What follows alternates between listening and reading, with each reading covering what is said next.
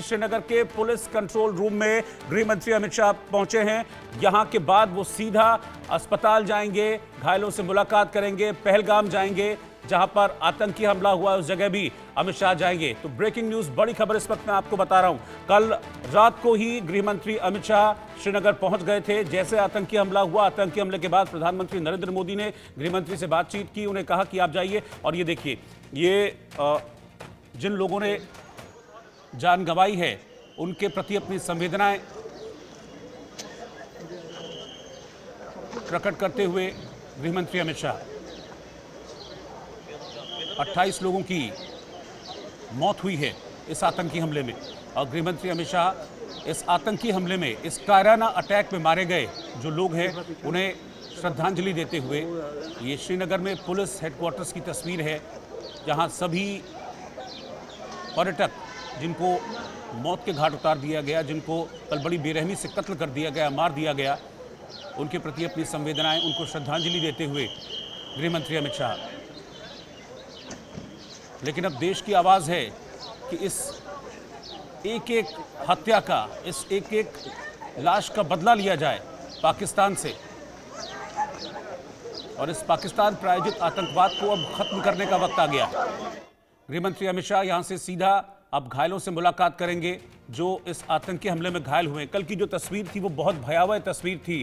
जगह जगह चीख पुकार मची हुई थी उस आतंकी हमले के बाद। लोगों को समझ में नहीं आ रहा था कि कैसे अपनी जान बचाएं। एक के बाद एक बड़े दर्दनाक वीडियो सामने आए थे। और इस वक्त आप देखिए, अगर सिक्योरिटी को देखेंगे तो पूरी तरीके से टाइट सिक्योरिटी है, क्योंकि अमित शाह इस वक्त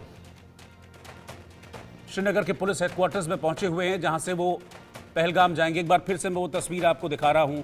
ये उन लोगों की तस्वीर है जिन्होंने अपनी जान गंवाई है आतंकियों के इस कायराना हमले में। उन्हें श्रद्धांजलि दी अमित शाह ने, और इसके बाद वो घायलों से मुलाकात करने के लिए पहलगाम जाएंगे।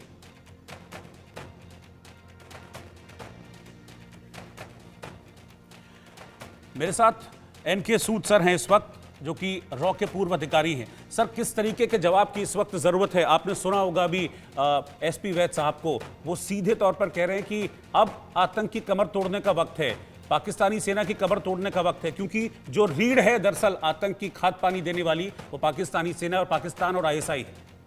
देखिए, वैद साहब की बात से मैं 100% एग्री करता हूँ, और सब एग्री करेंगे। ये सर्जिकल स्ट्राइक का टाइम नहीं है, ये बड़े एक्शन का टाइम है। मैं ये नहीं कहता आप बॉर्डर को क्रॉस करिए, उस पर अटैक करिए, लेकिन बहुत से तरीके हैं पाकिस्तान की सेना को सबक सिखाने के। पाकिस्तान की सेना के पास तो गोले नहीं है, पैसे नहीं है। देखिए, पाकिस्तान की सेना हमारे पे अटैक किया करती थी, उनके पास एडवांस वेपन्स थे। हमारे पास इंसास राइफल्स थी जो 500 मीटर तक जाती थी, उनके पास 1000 मीटर वाली राइफल्स थी। आज हमारे पास सब कुछ है, हमने बहुत कुछ तैयारी कर रखी है, और ये टाइम आ चुका है पाकिस्तान को सबक सिखाने का। ये सारा का सारा जो काम हुआ है आसिम मुनीर की स्टेटमेंट के बाद हुआ है, जहाँ पे उन्होंने हिंदुओं पे अटैक करना शुरू कर दिया, हिंदू मुसलमान अलग अलग है, फलाना फलाना है, जो स्टेटमेंट दी, ये सारा काम उसके बाद हुआ। और स्पेशली एक टारगेट किया गया। दूसरा इनका पर्पस था टारगेट करने का कि वहाँ पे बहुत से प्रेस की जा रही थी पाकिस्तान के अंदर कि कश्मीर के अंदर बहुत डेवलपमेंट है, वहाँ पे लोग खुश हैं। और ये पर्यटकों पे अटैक पहली बार किया गया डायरेक्टली कश्मीर के अंदर, ताकि वहाँ पे लोग ना जाएं कश्मीर के अंदर और कश्मीर प्रॉस्पर ना करे। इससे जो मेन इम्पैक्ट पड़ा है वो कश्मीर की इकनॉमी पे, कश्मीर के लोगों की इनकम पे, कश्मीर के लोगों के एम्प्लॉयमेंट के ऊपर।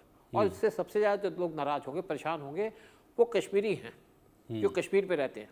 और पाकिस्तान ये भी परेशान है कि उनके POK के अंदर कुछ हो नहीं रहा।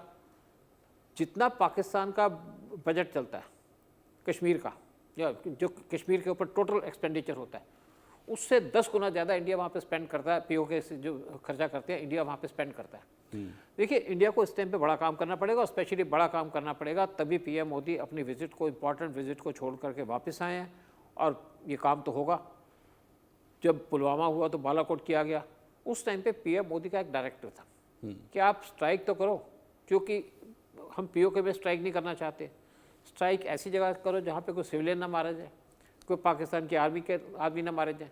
लेकिन अब टाइम आ चुका है कि पाकिस्तान की आर्मी पे डायरेक्ट अटैक किया जाए, किसी भी तरीके से, प्लान तरीके से, लिमिटेड अटैक, ताकि पाकिस्तान की आर्मी की कमर तोड़ जाए। हमें मिलिटेंट से कुछ नहीं लेना, मिलिटेंट को तो पाकिस्तान की आर्मी पालती है। जब पाकिस्तान की आर्मी कमज़ोर होगी तो मिलिटेंट भी कमज़ोर होंगे। फिर दूसरा काम हमें करना पड़ेगा कि जो वहाँ पे अननोन गनमैन गोलियाँ मार रहे हैं, उनके ऊपर और कुछ काम करना पड़ेगा, और ज़्यादा ध्यान देना पड़ेगा।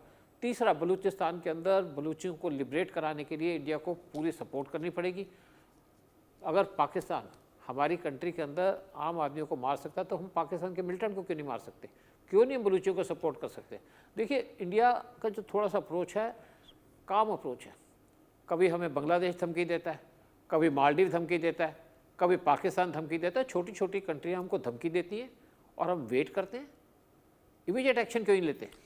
टाइम आ चुका है इमीडिएट एक्शन लेने का, पाकिस्तान के खिलाफ, बांग्लादेश के खिलाफ। नहीं तो बहुत बड़ा आतंकी हमला हो सकता है बांग्लादेश की तरफ से भी। तो ये टाइम आ चुका है इंडिया को काम करने का कि इंडिया डायरेक्ट एक्शन ले।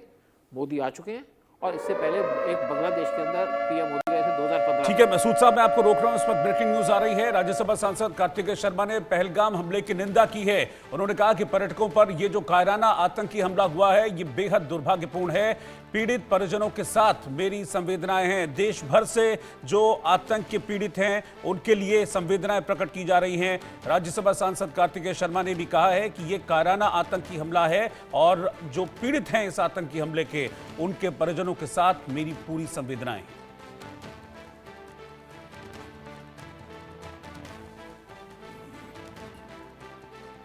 मेरा ऐसा मानना है कि कोई भी पक्ष हो विपक्ष हो, इस ऐसी जो ये बर्बरता की हरकत हुई है इसके पक्ष में नहीं आ सकता है, और ये अमानवीय हरकत है। और मुझे लगता है कि भारत सरकार इस पे पुरजोर जवाब देगी, और माननीय मोदी जी ने भी कहा है कि किसी को भी नहीं छोड़ा जाएगा जो इसके लिए जिम्मेदार है।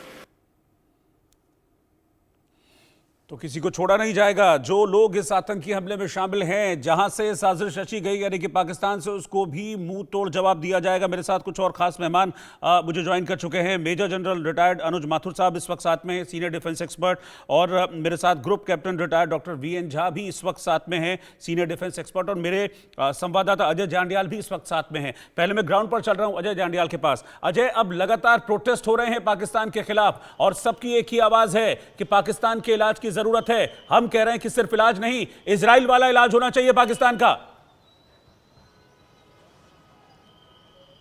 बिल्कुल रोहित, आप सही कह रहे हैं। जिस तरीके से ये निर्मम हत्या मासूम लोगों की गई है, उसके बाद जो गुस्सा है लोगों का लाजमी है, और गुस्सा इस कदर है कि लोग अब इंतज़ार नहीं चाहते हैं। लोग चाहते हैं कि बड़ी कार्रवाई पाकिस्तान पर होनी चाहिए, और इसलिए भी होनी चाहिए क्योंकि जम्मू कश्मीर का वो हिस्सा, जिस हिस्से को स्वर्ग बनाया है सरकार ने, उस हिस्से को एक बार फिर से टारगेट करके वहाँ के मासूम लोगों की हत्या करना। निहत्थे लोग जो कश्मीर इसलिए गए थे कि वो अपनी छुट्टियां में बिता सकें, वो इसलिए गए थे कि वो जम्मू कश्मीर की शांति को, खूबसूरती को देख सकें। उन निहत्थे लोगों को पाकिस्तान ने निशाना बनवाया। ये अपने आप में बताता है कि पाकिस्तान किस तरह से कायरतापूर्ण हरकत के लिए जो है वो नीचे गिर सकता है। उन लोगों को उनके आई कार्ड देखकर, उनके नाम पूछकर, उनके मज़हब को जानकर उनकी हत्याएं की गई। रोहित, ये अपने आप में बहुत शर्मसार है। और पाकिस्तान जो अपने आप को बड़ा एक महान देश मानता है, जो कहता है कि हम वायलेंस नहीं चाहते। मैं आपको तस्वीरें प्रोटेस्ट की भी बताने की कोशिश करता हूं रोहित, जो लगातार यहाँ चल रहे हैं। सड़कें जाम हैं, और हर कोई जो है वो पाकिस्तान के खिलाफ आवाज़ बुलंद किए हुए है। आप देखेंगे जगह जगह पर इसी तरह से आपको आज पाकिस्तान के खिलाफ प्रदर्शनों को देखा जा रहा है, और हर कोई आवाज़ उठाकर एक ही बात कह रहा है कि पाकिस्तान के खिलाफ बड़ी कार्रवाई होनी चाहिए। ये तस्वीरें आप देखेंगे, ये तस्वीरें हैं जहां पर पाकिस्तान के खिलाफ नारेबाजी करते हुए यही मांग की जा रही है कि पाकिस्तान के खिलाफ बड़ी कार्रवाई जो है वो होनी चाहिए। यहाँ पर मेरे साथ कुछ प्रदर्शनकारी हैं, उनसे बात करते हैं। ये जो इलाका है, ये देखिए, ये तस्वीरें जो हैं, ये बताइए किस तरीके से रोष है लोगों में, और लोग क्या चाहते हैं। देखिए, आपके सामने पूरे देश के अंदर रोष है। आज मुहिम को ज्ञापन सौंपे जा रहे हैं, प्रदर्शन किए जा रहे हैं, और जम्मू प्रोविंस पूर्ण रूप से बंद है, और मांग केवल एक है कि आप कुछ बड़ा करें। अब हमें सर्जिकल स्ट्राइक या एयर स्ट्राइक नहीं, अब हमें लाहौर के अंदर तिरंगा चाहिए। हमने एक बहुत बड़ी क्षति जो है वो पहलगाम के अंदर करवाई है। 28 लोग हमारे मारे गए हैं, 2 दर्जन के करीब घायल हैं।